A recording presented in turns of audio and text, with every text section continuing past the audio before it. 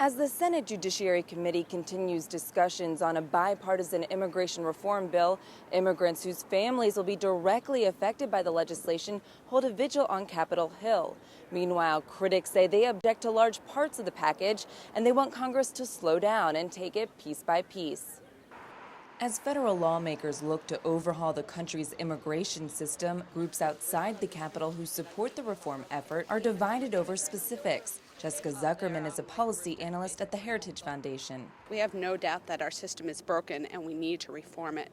But we want to make sure that we're having meaningful dialogue and meaningful reform. And in large part, this means a piece-by-piece approach. But that takes time. For immigrants facing separation from family members, there's a fierce urgency. Every single day that we delay this process, 1,400 families are deported. Veronica Saravia is a nursing student. She and her brother came over 8 years ago to live with her sister, a U.S. citizen. Her mother currently faces deportation.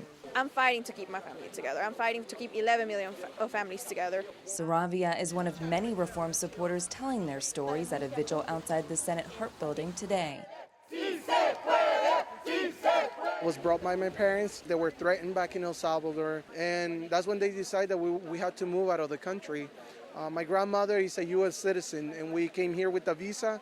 We tried to get in the back of the line. We applied for a green card. However, the immigration system is broken. We believe that the 13 years is a lot of time. We believe that need to be reduced to the half of that. We strongly, of course, support the reunification of the families, the people who have been deported and they already have families here who are citizens or green card holders, and that those people should return.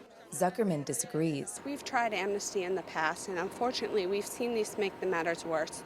We don't really think this is the right approach right now for our country. There's another aspect to this, the Boston bombings, which add a new dimension to the debate. The impact the terrorist attack will have on the immigration legislation remains unclear.